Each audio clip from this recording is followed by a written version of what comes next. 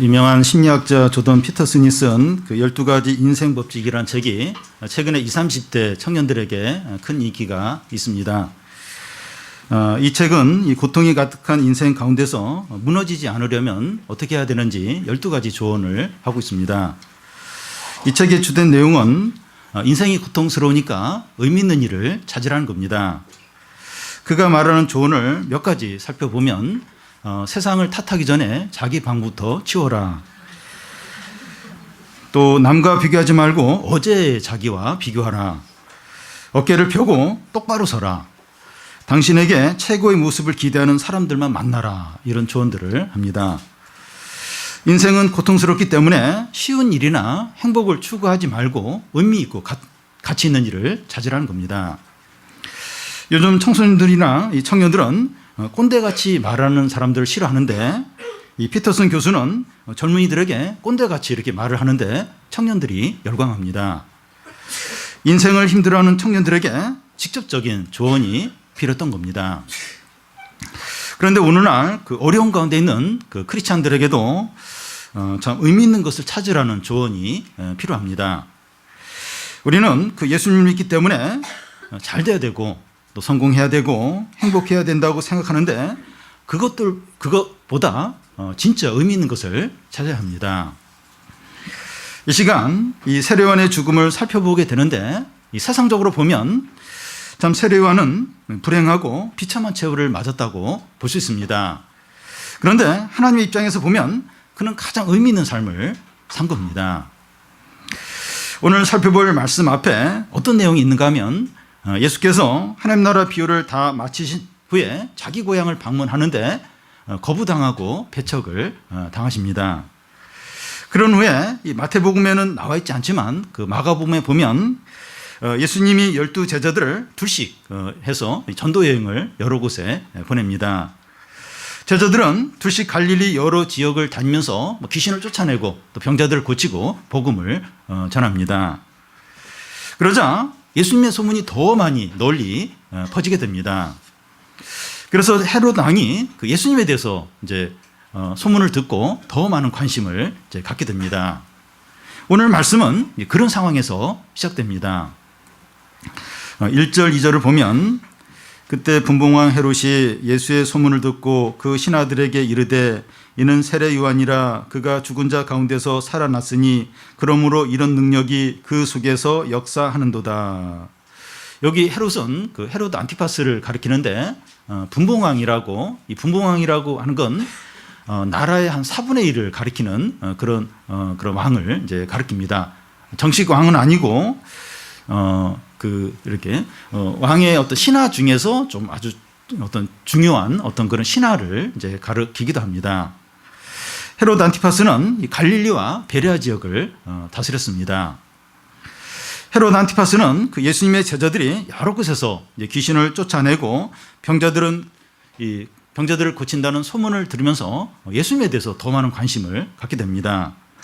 그러면서 무슨 생각을 하는가 하면 자기가 전에 죽인 세례 요한이 다시 살아난 것이라고 여기면서 두려워합니다. 세례 요한이 죽기 전에 의인이었는데 그가 부활해서 더 큰 능력을 갖게 되었고 이제 자기를 보복할지 모른다 이렇게 여기면서 두려워합니다. 그런데 그 당시 이런 생각은 헤롯만 가진 게 아니라 많은 사람들이 이런 생각을 가졌습니다. 그러니까 예수님이 막 이제 이렇게 활동을 하고 막 병자들을 고치고 이러니까 그 죽은 세례요한이 다시 지금 부활해서 지금 저렇게 예수란 사람으로 이렇게 활동하는구나. 이렇게 많은 사람들도 여겼고 헤롯도 그렇게 생각을 했습니다. 근데 이런 생각은 미신이고 허탄한 생각이고 막연한 두려움입니다. 그런데 사람들이 예수를 믿지 않고 진리를 거부하면 이런 미신과 허탄한 생각과 막연한 두려움에 빠지게 됩니다. 예수님을 안 믿으면 그 진리를 거부하면 이런 생각에 빠지지 않을 수 없습니다. 일본이나 대만이나 태국이나 이제 홍콩 같은 그 나라만 가도 이 우상 숭배와 미신이 얼마나 심각한지 모릅니다. 10여 년 전에 제가 홍콩을 잠시 다녀온 적이 있는데 그곳의 사람들은 이제 사무실을 얻어서 처음 개업을 할 때 이제 책상 위치를 정하는데도 이 점치는 사람 불러서 어느 곳에 이렇게 책상을 해야 이게 이 사업이 성공하는가 하면서 다 그 점치는 사람한테 그걸 이제 맡깁니다. 오래전에 그 일본 오키나와를 제가 갔다 온 적이 있는데요. 그 일본 사람들 집들 그 대문 옆에 보면 두꺼비 같은 무슨 이렇게 돌로 만든 형상을 이렇게 두 개 양옆에 이제 이렇게 다 가지고 있습니다. 그러니까 집에 악기가 들어오지 못하도록 이 형상이 이 두꺼비 같은 게 지켜준다고 이제 믿는 겁니다. 사람을 이제 빈집이라고 이제 표현할 수 있는데 사람이 하나님을 자기 주인으로 모시지 않으면 사단의 지배를 받게 됩니다. 그러면 미신과 허탄한 생각과 막연한 두려움에 빠지지 않을 수 없습니다. 뭔가 눌려 있는 거예요. 불안해하고 또 이 안식이 없습니다. 그 당시 그 예수님의 소문이 복음인데 헤롯은 복음을 들으면서도 그 미신과 막연한 두려움에 사로잡혀 있었습니다. 그와 같이 우리도 복음을 들으면서 믿음으로 반응하지 않으면 허탄한 생각과 막연한 두려움에 사로잡혀 지내게 된다는 겁니다. 우리도 이렇게 말씀을 들어요. 말씀을 듣는데 그 말씀 안 믿는 거예요. 예수님을 우리의 그 주인으로 확실하게 영접을 하지 않으면, 모시지 않으면 미신이나 뭐 징크스나 또 막연한 두려움들, 허탄한 생각들 여기에 이제 계속 빠져서 이제 지내는 겁니다. 그러니까 세상 사람들은 물론 이제 그렇게 하고 믿는다고 하는데도 이렇게 말씀을 들으면서도 그 말씀 안 믿어요. 예수님을 나의 주인으로 확실하게 안 삼으면 예배 끝나고 나서 계속 걱정하는 거예요. 걱정하고 허탄한 생각에 빠지고 욕심에 빠지고 유혹에 빠지기가 쉽다는 겁니다. 강남에 이제 교회 잘 다니는 그런 집사님들이 뭐 사업하다가 잘 안 되면 또 대학 입시 앞두고 애를 어느 학교에 이렇게 진학을 시켜야 되는가 그걸 막 고민하다가 이 점치는 집에 가가지고 물어봐요. 어떻게 되냐고. 그러니까 이 말씀을 안 믿는 거예요. 주님이 자신의 주인이 아닌 겁니다. 그러니까 이제 그런 허탄한 생각들, 미신들, 또 그런 뭐 욕심들 거기에 이제 빠지지 않을 수 없는 겁니다. 그래서 우리가 이렇게 예배 드릴 때 딱 주님을 딱 나의 주인으로 모시고 말씀이 내 안에 풍성하게 거하도록 말씀을 붙들어야 돼요. 그럴 때 미신이나 허탄한 생각이나 욕심이나 악한 생각이나 어떤 음란한 생각이나 이런 게 이제 다 떠나게 됩니다. 떠나고 이제 믿음과 확신과 생명으로 충만케 되죠.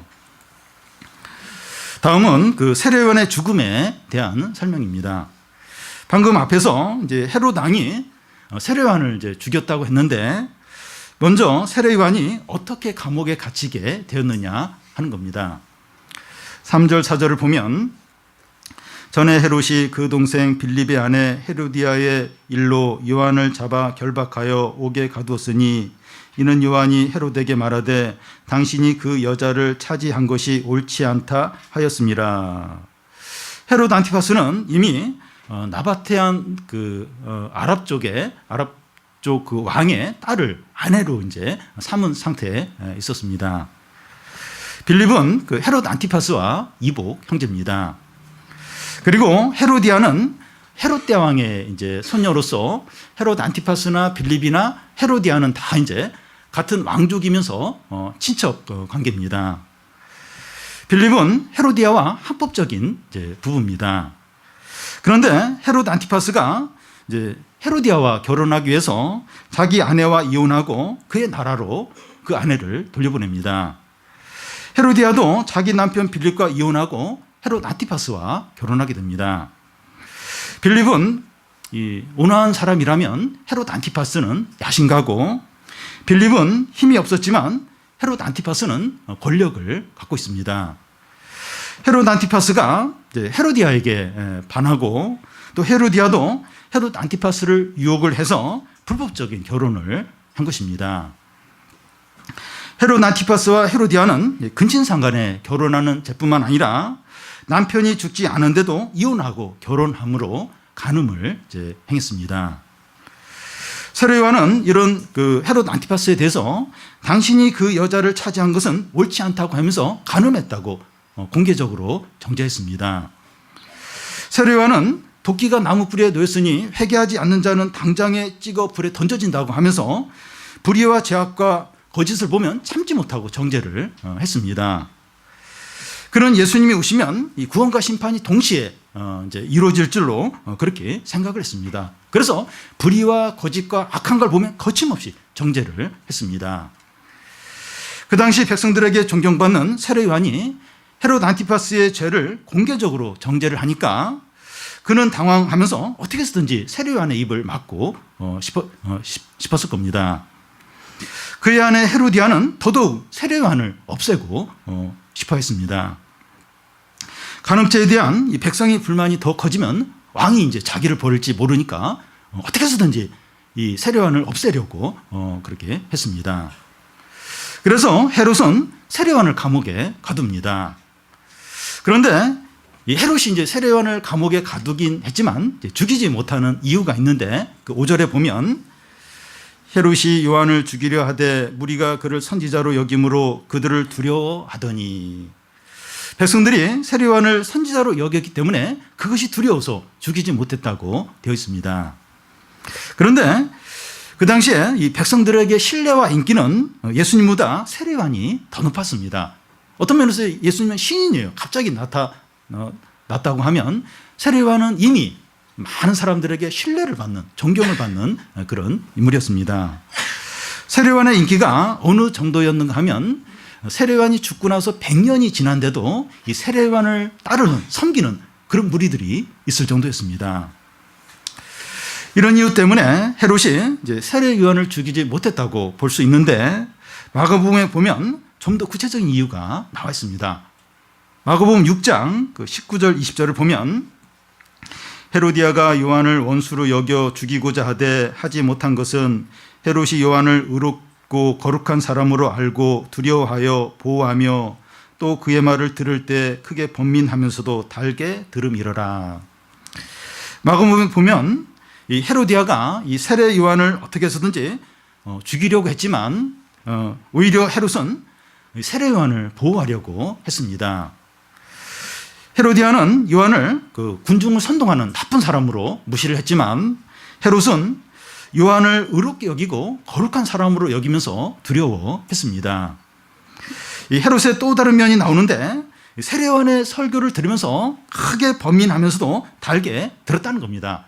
다시 말해서 그는 세례 요한의 설교를 들을 때마다 양심의 가책을 느끼며 괴로워하지만 좋아하는 겁니다. 그래서 그 헤로디아는 막 이게 그 세례 요한에 대해서 막 나쁜 놈이라면서 막 무시를 했는데 세례 요한은 의인이다. 헤롯은 그 세례 요한을 의인으로 여기면서 막 두려워하고 그의 설교를 들을 때 막 너무 양심의 가책을 느끼고 괴로워해요. 그러면서 저거 좋은 말씀이야 하면서 잘 들었다는 겁니다. 헤롯의 이런 면을 보면 신앙에 관심 있는 사람처럼 보입니다. 세례 요한이 얼마나 귀한 사람인 줄 알고 그의 말씀도 잘 들었기 때문입니다. 그런데 헤롯의 문제가 무엇인가 하면 세례 요한을 신뢰하고 말씀도 좋아하고 양심의 가책도 받지만 회개하지 않고 죄를 버리지 않고 삶을 바꾸지 않는 겁니다.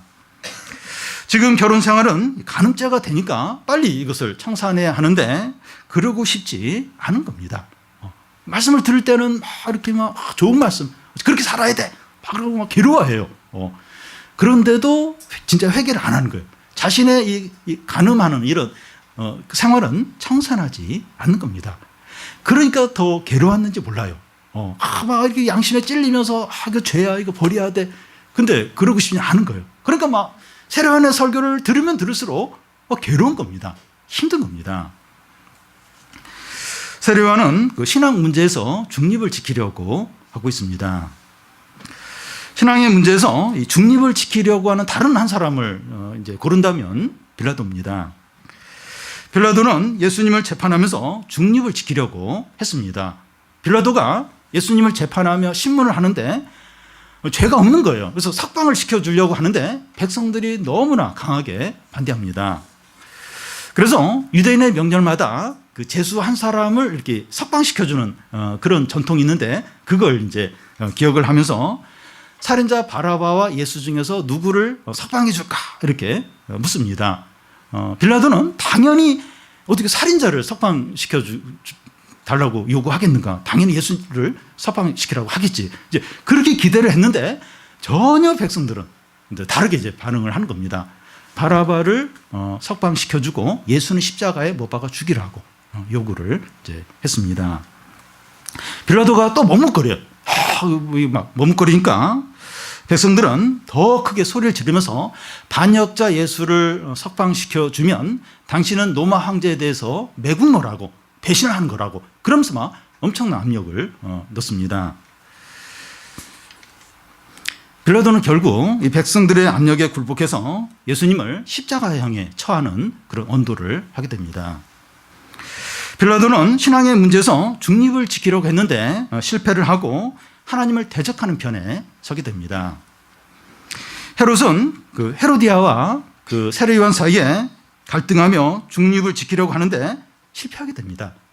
잠시 후에 나오겠지만 자기의 생일날에 헤로디아의 딸이 막 춤을 막 기가 막히게 추고 막 사람들이 손님들이 좋아하자 헤롯이 경솔한 맹세를 하고 결국은 이제 그 세례 요한의 목을 베게 됩니다. 결국 헤롯도 하나님을 대적하는 자리에 이제 서게 되는 겁니다. 열왕기상에 보면 이스라엘 백성들이 하나님과 바알 사이에 중립을 이제 지키려고 했을 때 엘리야는 너희들이 언제까지 하나님과 바알 사이에 머뭇거리냐? 하나님이 참신이면 하나님을 섬기고 바알이 참신이면 바알을 섬기라고 말했습니다. 사람은 빈집과 같은데 사람이 예수님을 주인으로 모시지 않으면 사단이 그의 주인이 됩니다. 그러니까 이 중간에 하나님과 바알 사이에 머뭇거리는 게 불가능해요. 하나님을 모시든지 아니면 바알을 모시든지 그렇게 해야 된다는 겁니다. 예수님을 주인으로 안 모시면 결국 이제 사단이 그의 주인이 되는 겁니다. 빌립은 이제 중립을 지키려고 하다가 백성들의 압력을 넣으니까 하나님을 대적하는 그런 자리에 결국 서게 되었고 헤롯도 중립을 지키려고 하다가 경솔한 맹세를 하면서 결국 그도 하나님을 대적하는 그런 자리에 서게 됩니다. 성도 여러분, 그 신앙의 문제에서 중립은 불가능합니다. 그래도 이 중립에 있다고 하는 사람은 하나님을 대적하는 편에 서 있는 것이고 곧 그것이 현실로 드러나게 됩니다. 그래도 나는 그래도 중립이야, 중립. 그 사람은 이제 그래서 지금 하나님을 대적하는 편에 서 있는 거예요. 그리고 하나님을 대적한다는 게 곧 이제 드러나게 됩니다. 여러분, 우리에게 신앙의 중립에 있다는 게 어떤 겁니까? 신앙의 중립에 있다는 게 뭘 얘기하는 건가? 이게 어떤 것을 이야기합니까? 교회 생활을 잘하고 예배도 잘 드리고 말씀에 감동도 받고 은혜를 받더라도 회개하지 않고 죄를 버리지 않고 삶을 바꾸지 않는 겁니다. 그런 상태로 계속 지내는 거예요. 그러니까 일시적으로 그런 게 아니라 그런 상태로 계속 말씀에 말씀 좋다. 은혜도 좀 받는 것 같아요. 근데 죄를 안 버려요. 회개를 안 해요. 삶을 안 바꿉니다. 그런 상태로 계속 이제 지속적으로 그렇게 이제 지내는 겁니다. 그래도 안심하는 이유가 교회를 안 빠져요. 그리고 남들처럼 막 큰 죄를 짓지 않으니까 그래도 이제 안심을 이제 하는 겁니다. 그런데 이런 상태는 그 중립에 있는 것에 해당이 된다는 겁니다. 물론 우리가 완벽해야 한다는 것이 아니에요. 그냥 완벽하게 빈틈이 없고 확실하게 모든 걸 죄도 하나도 안 짓고 그 완벽해야 된다는 게 아니라 소속을 분명히 해야 돼. 이 태도를 분명히 해야 한다는 겁니다. 소속을 분명히 하고 태도를 분명히 하는데 가끔씩 또 이렇게 모호하고 또 죄를 짓는 경우도 있어요. 근데 그건 어떤 면에서 어쩔 수 없는데 완벽해야 된다. 한 번도 이렇게 벗어나면 안 된다. 그 얘기를 하는 게 아니라 소속과 태도를 분명하게 해야 한다는 겁니다. 일시적으로 그럴 수 있지만 반복적으로 습관적으로 그렇게 하고 있다면 그는 빌라도나 헤롯처럼 결국 하나님을 대적하는 자리에 서게 된다는 겁니다. 잠시 일시적으로는 그럴 수 있어요. 그럴 수 있는데 계속해서 그런 상태 말씀을 듣고 은혜를 받지만 죄를 안 버려요. 회개를 안 해요. 삶을 안 바꿉니다. 이제 그런 상태로 계속 지속이 되면 그건 빌라도와 헤롯과 같은 그 상태에 있는 것이고 결국 하나님을 대적하는 자리에 서 있다는 것이 드러나게 된다는 겁니다. 그래서 이게 예수님을 믿는다고 하는데 계속 이렇게 어떤 애매한 모호한 그런 중립의 위치에 있다는 건 내가 지금 하나님을 대적하는 자리에 있구나, 그렇게 이제 여겨야 됩니다. 이제 그런 자리에 있는 겁니다. 헤롯은 이 중립으로 있으려고 했지만 중립을 깨트리는 그런 사건이 곧 이어서 나타나게 됩니다. 6절에서 11절까지 제가 읽겠습니다.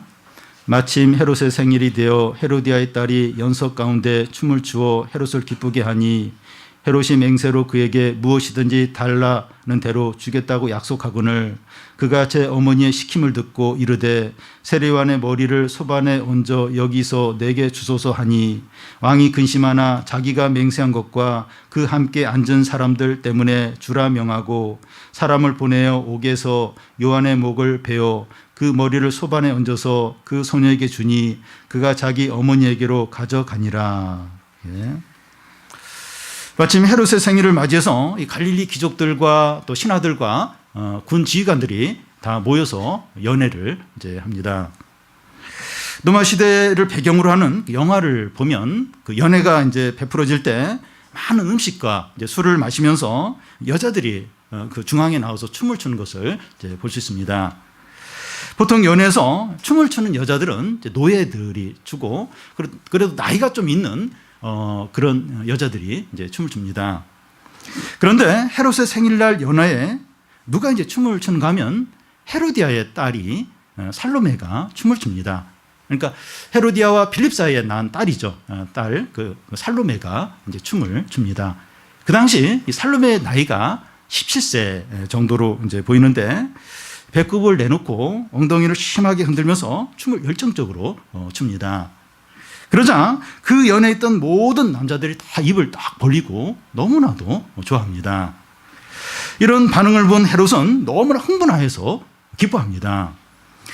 그래서 자기 딸 살로메에게 무엇을 원하느냐, 나라의 절반이라도 달라고 하면 주겠다 하면서 맹세를 합니다. 그래서 살로메가 자기 엄마 헤로디아에게 달려가서 무엇을 달라고 할까요? 하고 묻습니다. 참, 그냥 자기가 달라고 하면 되는데 그 엄마한테 가서 이제 물어보는 겁니다. 헤로디아는 거침없이 세례 요한의 머리를 쟁반에 얹어서 달라고 요청하라고 시킵니다. 헤로디아가 얼마나 악하고 잔인한 여잔지 모릅니다. 자기 남편 그 생일날인데 남편에 대한 배려가 없어요. 또 손님들에 대한 예의가 없습니다. 아마 미리부터 이런 것을 다 예상하고 철저히 준비했는지도 모릅니다. 헤롯은 어쩔 줄 몰라 하면서 당황합니다. 살로메가 그런 요구를 할 줄 미처 생각을 못했던 겁니다. 그런데 신하들과 귀족들 앞에서 소원을 다 들어주겠다고 맹세를 했기 때문에 안 된다고 말할 수가 없는 겁니다. 헤롯은 군인들에게 명령해서 세례요한의 머리를 베어서 쟁반에 얹어서 가져오라고 하고 군인들은 명령에 따라서 세례요한의 머리를 베어서 쟁반에 얹어서 헤로디아 앞에 갖다 줍니다. 이렇게 세례요한의 생은 마감하게 됩니다.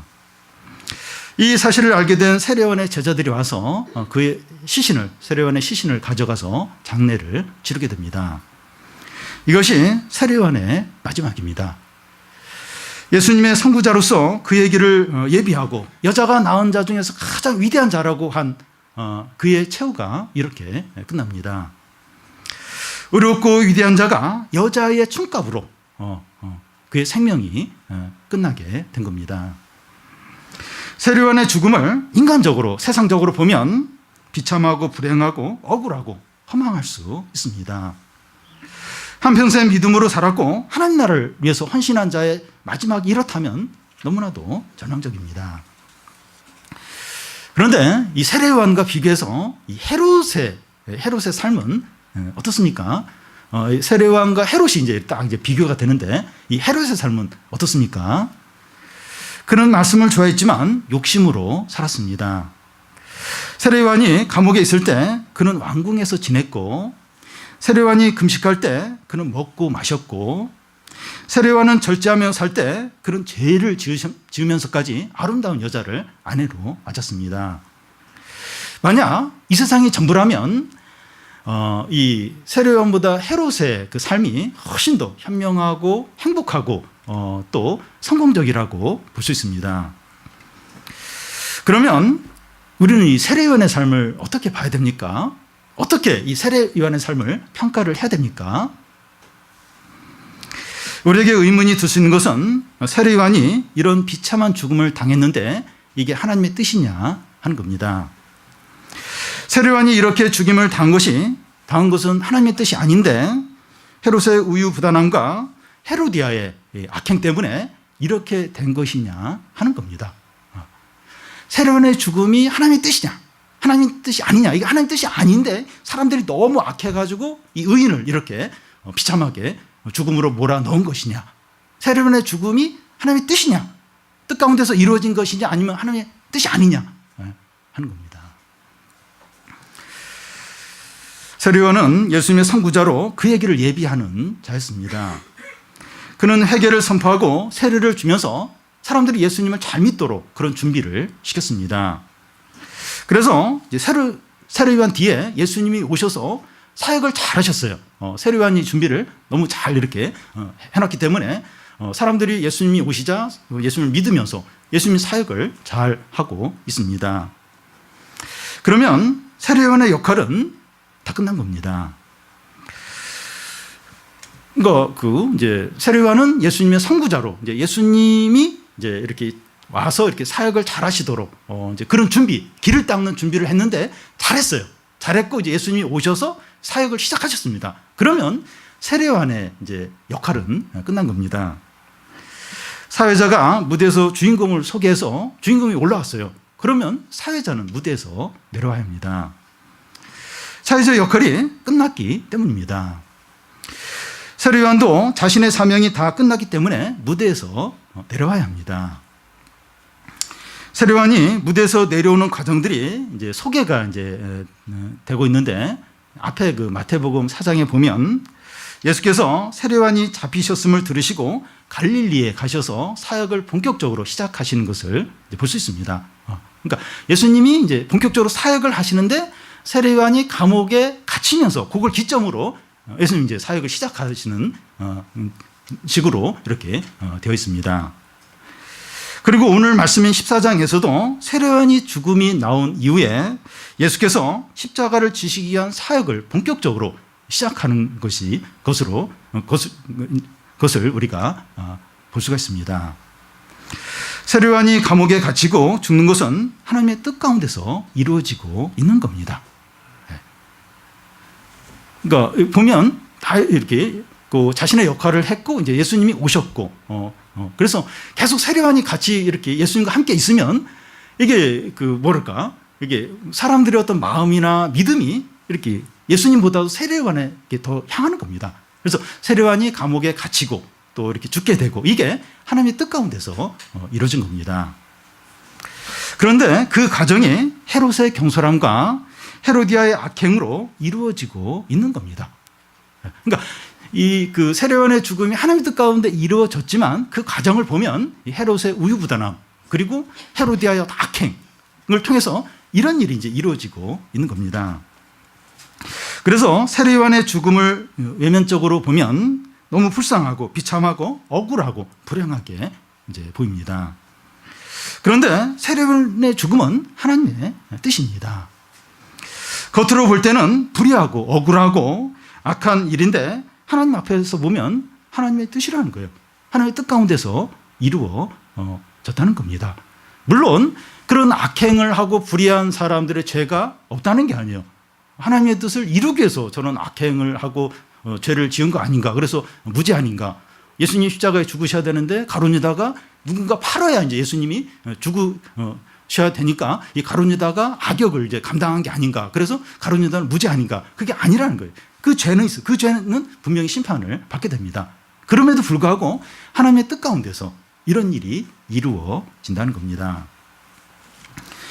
그래서 이 성도의 삶을 인간적으로 보는 것과 영적으로 보는 게 완전히 다릅니다. 예수님의 십자가 죽음도 인간적으로 보면 부당하고 비참하고 불행하게 보입니다. 그런데 영적으로 보면 우리 죄를 위해서 의로우신 예수님이 하나님께 이렇게 제물로, 십자가의 제물로 드려지는 제사였습니다. 그래서 예수님은 자신이 십자가에 달려 죽는 것이 하나님을 영화롭게 한다고 말했습니다. 다시 말해서 예수님의 십자가 죽음이 하나님께 영광이 되고 기쁨이 된다는 겁니다. 그 십자가 죽음 비참하고 참 악한 자들이 막 선동해서 이렇게 이루어진 그런 어떤 비극 아닌가. 근데 예수님은 내가 이렇게 십자가에 달림으로 하나님을 영화롭게 한다. 하나님 아버지를 영화롭게 한다고. 하나님께 영광이 된다고. 그걸 몇 번에 걸쳐서 요한복음 17장 대제사장의 기도해 보면 그런 고백을, 그런 말씀을 이제 하고 있습니다. 그래서 성도에게 중요한 것은 이 결과가 좋으냐, 성공했느냐, 원한대로 됐느냐 하는 것이 아니라 하나님 뜻대로 됐느냐, 하나님이 기뻐하시느냐 하는 겁니다. 그래서 결과가 안 좋고 실패했어도 하나님의 뜻일 수 있는 거예요. 하나님의 뜻이 그 가운데 있을 수 있다는 겁니다. 결과가 안 좋고 원한대로 안 됐는데 거기에 하나님의 뜻이 있다면 좋은 겁니다. 충분한 거예요. 하나님의 뜻 가운데서 이런 일이 이루어졌다면 된 거예요. 좋은 겁니다. 근데 우리 입장에서는 어떻습니까? 시험도 잘 보고 취직도 잘하고 사업도 성공하고 질병이 바로 낫는 것만이 하나님의 뜻이라고 생각하는 경향이 있습니다. 이렇게 잘 되는 성공하고 이런 게 이제 하나님의 뜻이다. 이제 그렇게 이제 생각을 이제 하는 경향이 있습니다.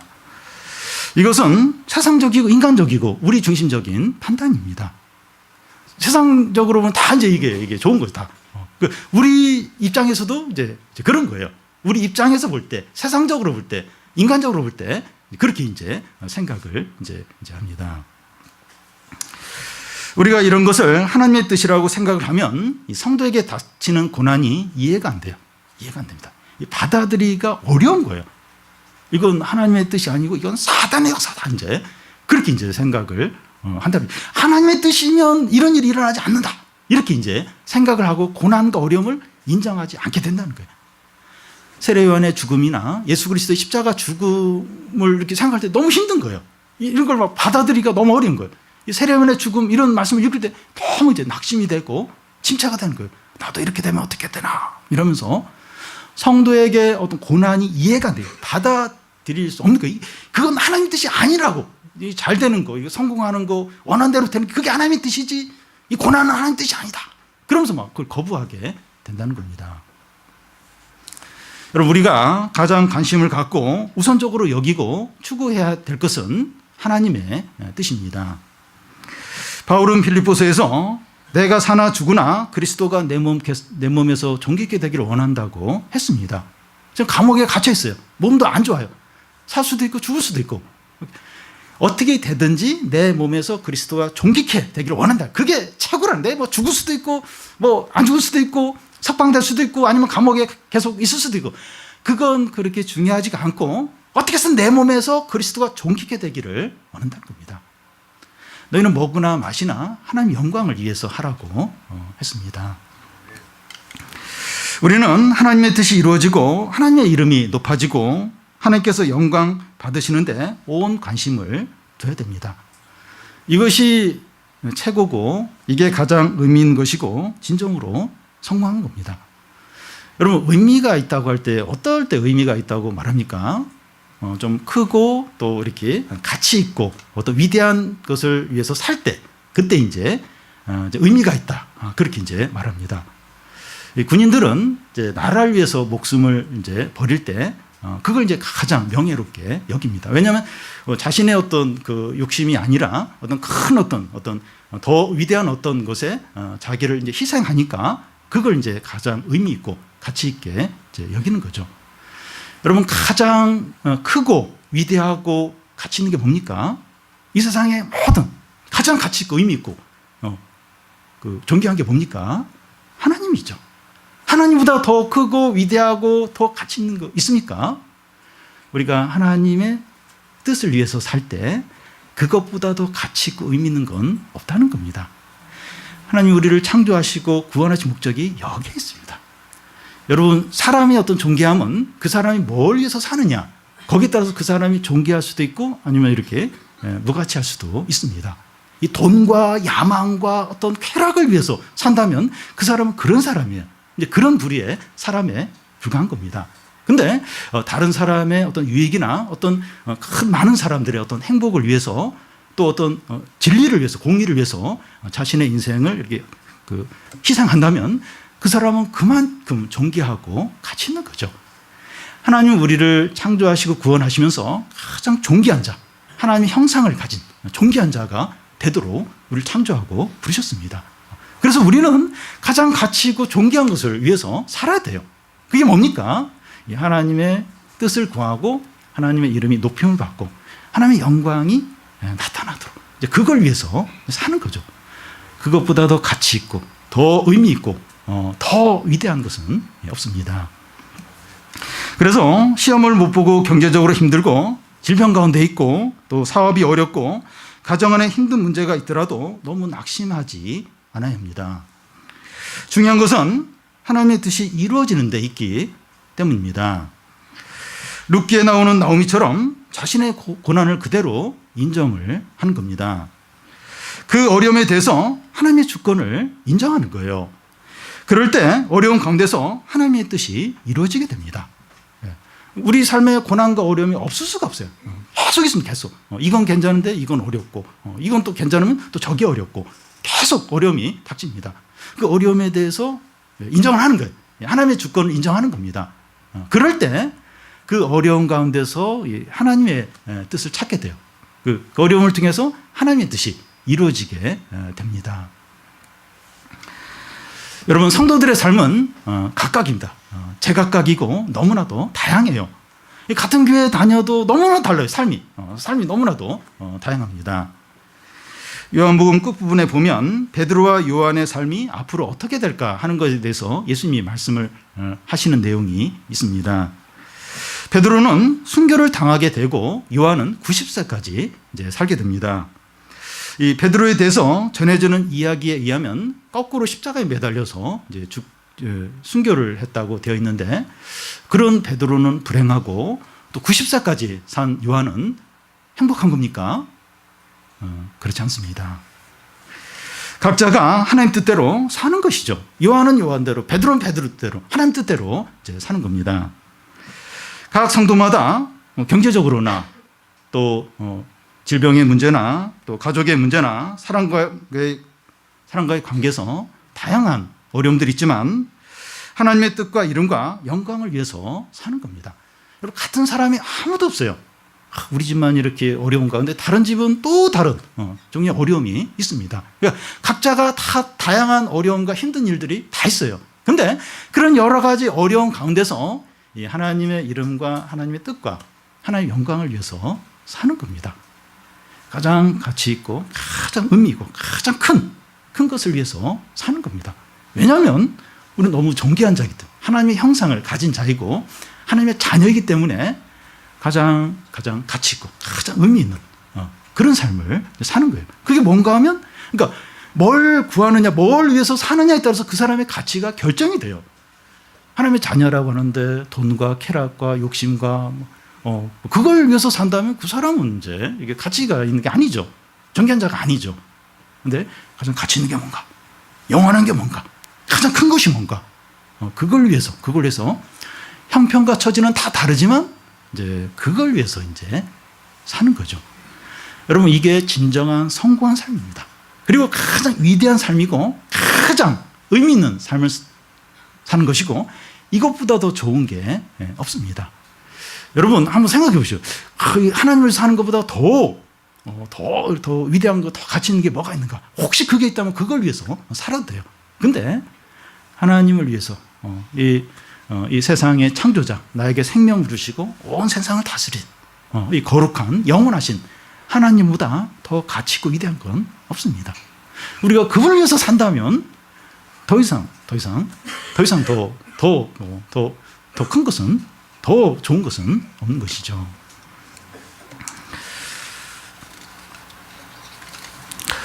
어, 12절을 이제 다시 보면, 12절을 보면 요한의 제자들이 와서 시체를 가져다가 장사하고 가서 예수께 아뢰니라. 세례요한의 제자들이 이 사실을 예수께 알려주어서 예수님이 알게 됩니다. 그런데 예수님은 그 세례요한의 제자들이 안 알려주어도 이미 아십니다. 여러분, 예수께서 세례요한의 죽음을 알게 되었다는 것이 어떤 의미가 있습니까? 이게 무슨 의미가? 세례요한의 죽음을 예수님이 아셨다. 어떤 의미가 있습니까? 하나님께서 그의 삶과 죽음을 다 알고 받으셨다는 겁니다. 하나님께서 세례요한을 사랑하지 않거나 능력이 없어 그에게 그런 일이 일어난 게 아닙니다. 하나님은 세례요한의 삶과 죽음을 너무나 기쁘게 아름답게 받으셨습니다. 그래서 하나님이 세례요한을 아셨어요. 아시고 그를 받으셨고 또 인정하셨고 칭찬하셨고 큰 상을 주십니다. 그러면 된 거예요. 세상에서 어떤 어려움을 당하고 그런 죽음을, 비참한 죽음을 당했다 할지라도 하나님이 세례요한을 아세요.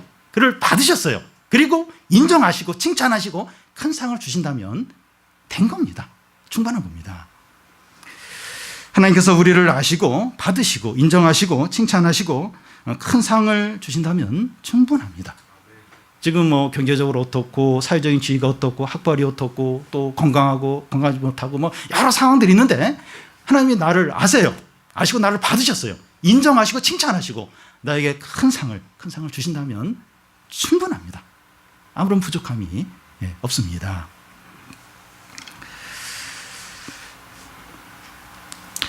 반면에 그 헤롯 안티파스와 그 헤로디아는 어떻게 됩니까?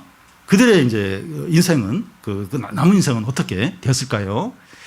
요세푸스라고 그 당시 역사를 기록한 유대인 역사가의 기록에 의하면 헤롯이 세례 요한을 죽인 지 얼마 되지 않아서 그의 전 부인의 아버지인 나바테안 왕이 군대를 이끌고 와서 전쟁을 이제 헤롯 그 군대와 전쟁을 하게 되는데 헤롯이 크게 패하게 됩니다. 헤롯은 분봉한 자리에서 쫓겨나고 모든 걸 잃어버리고 부인 헤로디아와 유배를 당해서 그 말년은 참 비참하게 이제 끝났다고 그렇게 되어 있습니다. 세상의 영화와 권력은 풀의꽃처럼 한순간에 시들고 영원한 수치와 멸망이 있을 뿐이라는 겁니다. 지금 당장은 너무 대단해 보이고 막 부럽고 막 모든 걸 다 누리고 저렇게 살아야 돼, 저렇게 살아. 근데 한순간에 이 풀의 꽃이 시든 것처럼 한순간에 몰락하고 영원한 수치와 멸망을 겪는 겁니다. 설교를 시작하면서 이야기했던 조던 피터슨의 12가지 인생의 법칙이라는 책에서 인생은 고통스러우니까 의미 있는 일을 찾으라 이렇게 했는데 성도들에게 더더욱 그러합니다. 우리가 참 바쁘게 살고 있어요. 그리고 여러 가지 일로 마음이 좀 상하기도 하고 힘들기도 하고 그런데 우리가 계속 생각을 해야 돼요. 생각을. 의미 있는 게 뭔가, 의미 있는, 가치 있는 게 뭔가. 그러니까 세상 사람들도 그런 걸 찾아요. 좀 더 이렇게 크고 좀 더 이렇게 가치 있는, 좀 더 위대한 게 뭔가. 자꾸 그런 생각을 하고 그걸 위해서 이제 살려고 합니다. 성도는 더더욱 그런 생각을 해야 됩니다.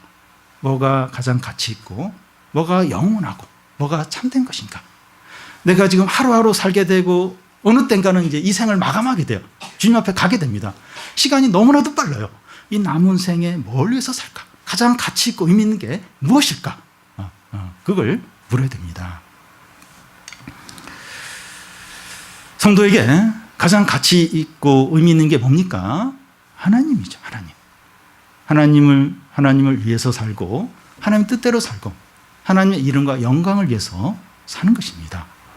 여러분, 이것보다 더 가치 있고 의미 있고 위대하고 큰 것은 없습니다. 뭐가 더 있겠습니까? 어떤 게 이것보다 더 위대하고 큰 게 뭐가 있겠습니까? 우리에게 고난과 위기와 슬픔이 많은데 어떻게 해서든지 행복하고 잘 되고 성공하는 것을 위해서 살지 마시고 가장 의미 있는 것, 곧 하나님의 뜻과 이름을 위해서 사시기를 바랍니다. 그러니까 여러 가지 어떤 경제적인 거나 또 공부나 또 어떤 사업이나 이런 게 중요하지 않다, 의미가 없다, 그 얘기가 아니에요. 그걸 위해서 우리도 열심히 성실하게 해야 됩니다. 근데 가장 의미 있는 거, 가장 우선적인 거, 그게 뭐냐? 그걸 위해서 사는 겁니다. 그 맥락 안에서 공부도 하고 여러 가지도 이제 하는 것이죠. 하나님 나라와 그의 의를 구하라. 그리하면 이 모든 것을 너희에게 주시리라 말씀합니다. 우리가 하나님의 뜻과 하나님의 이름과 하나님의 영광을 제일 우선적으로 구할 때 이 모든 것, 경제적인 거나 너희 필요한 거 여러 가지 그런 것도 채워주신다고 약속을 하십니다. 그래서 그 가장 의미 있는 거, 가장 우선적인 거, 그걸 구하라는 거예요. 하나님의 이름과 하나님의 뜻과 하나님의 영광과 하나님 나라를 제일 우선적으로, 제일 가치 있는 거, 제일 큰 거, 제일 위대한 거, 그걸 제일 우선적으로 구하라는 거예요. 그러면 이 모든 것을 너희에게 주신다는 겁니다. 사랑하는 성도 여러분, 신앙과 욕심 사이에서 더 이상 머뭇거리지 마시기를 바랍니다. 여러분, 우리의 신앙 생활은 신앙과 이 욕심 사이의 싸움이에요. 계속 욕심 없는 사람이 있습니까? 다 욕심이 있죠. 욕심하고 믿음하고 계속 이 정욕하고 성령하고 계속해서 막 격렬하게 싸웁니다. 이게 이제 신앙생활이에요. 근데 이 그 믿음과 욕심 사이에서 머뭇거리면 안 됩니다. 계속해서 그런 상태, 중립을 지키면서 계속해서 이렇게 양다리를 걸치면 안 됩니다. 지금 우리가 말씀을 듣고 있는데 회개하고 결단하고 소속을 분명히 하시기를 바랍니다. 신앙생활에서 중립은 불가능해요. 불가능합니다. 계속해서 말씀하는 게 그게요.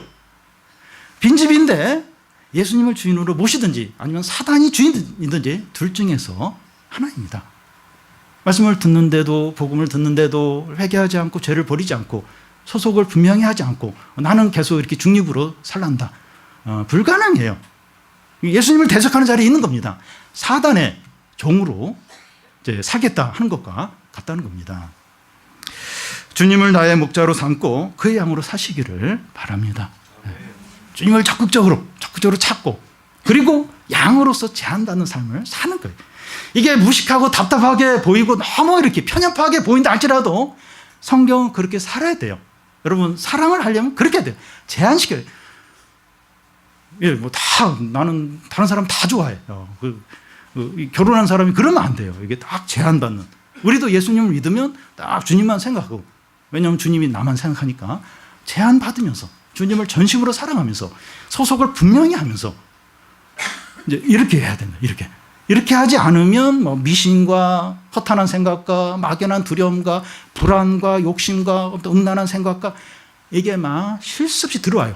빈집으로 놔두면 막 들어와가지고 막 우리를 막 괴롭히고 근심하게 만들고 끌고 가고 너무나도 비참해요. 빈집으로 있으면 너무 비참합니다. 분명하게 주님은 나의 목자시고 나는 그의 양이다. 나는 그냥 바보다. 나는 그냥 이 불구자다. 나는 이렇게밖에 살 수 없다. 니들이 아무리 그렇게 얘기하면 나는 뭐 어쩔 수 없다. 나는 도피성에서 살 수밖에 없다.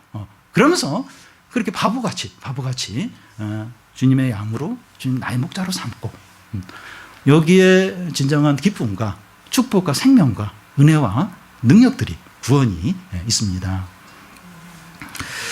우리 형편과 결과가 어떠하든지 하나님의 뜻과 하나님의 이름과 하나님의 영광을 위해서 사는 것이 가장 복되고 가장 의미 있고 최고임을 알고 다 그렇게 사시기를 바랍니다.